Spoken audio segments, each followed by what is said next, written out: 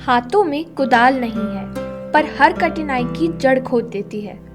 वो स्नेह के जल से बच्चों की फसल को सींच देती है। वो अपने आंचल से बरसती आग की तपन को रोक लेती है। जब घबराता है मन, तो वह सहलाकर अंगुलियों को विश्वास का संचार कर देती है। शस्त्र उसके कुछ अजीब हैं दोस्तों, पर हर बार का वो सामना जीत की जिद से करती है। वो बसती है घर के हर कोने में, पर वो योद्धा सी घर की दहलीज पर खड़ी है। ऐसी होती है माँ दोस्तों, और आज वो माँ वॉरियर है। मिलते हैं ऐसी ही कुछ वॉरियर माँओं से और सुनते हैं उनके विचार।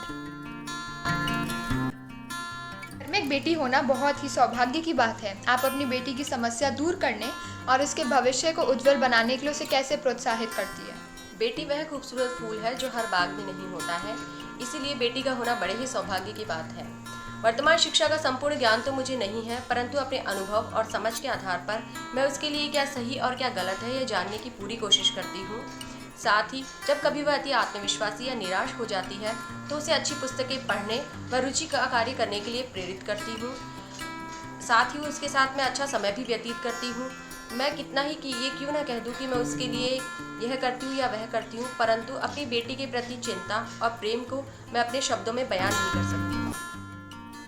लॉकडाउन के दौरान आपने अपने घर के कामों तथा बच्चों के साथ मस्ती करने और दिमाग को तरोताज़ा बनाने के लिए क्या काम किया? निश्चित तौर से लॉकडाउन के दौरान बच्चे बहुत दुखी थे, परंतु मैंने बच्चों के साथ कुछ गतिविधियां की ताकि वे खुश रह सकें।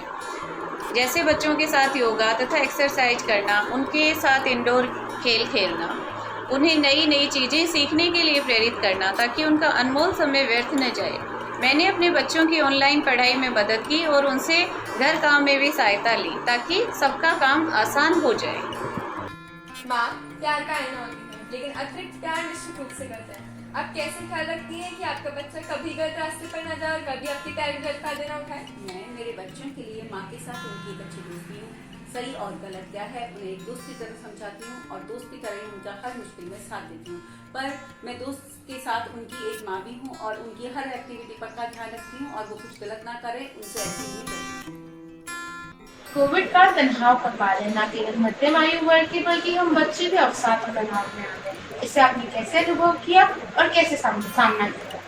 इस कोरोना काल में मैंने देखा कि आप ही अवसाद में आ गई हैं, उससे अच्छे से बात भी नहीं कर पा रही है और अपनी पढ़ाई को लेकर भी आप बहुत चिंतित हैं कि आप अपनी ऑनलाइन मोड पढ़ाई कैसे स्टार्ट करती हैं। इस चारों तरफ की नकारात्मक गतिविधियों का असर आप बच्चों पर नहीं, हम बड़ों पर भी पड़ा है और इस अवसाद को दूर करने के लिए मैंने योगा और मेडिटेशन का सहारा लिया है। मैंने स्वयं खुद योगा किया और आपको भी योगा सिखाया।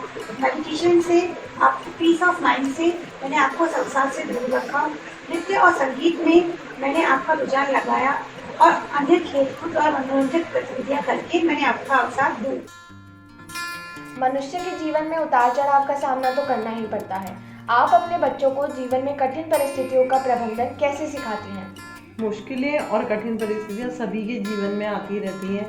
इससे मनुष्य के व्यक्तित्व का विकास होता है। कठिन से कठिन परिस्थिति में भी शांति और धैर्य के साथ किसी समस्या का समाधान करते हैं तो वो एक अच्छा तरीका होता है।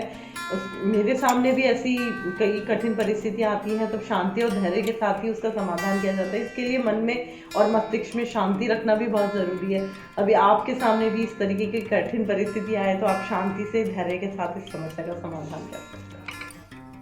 और अगले दिन की योजना बनाकर इसी बीच आप अपने बच्चों को कैसे प्रेरित करती है कि वे आपके कार्यों में सहायक बने?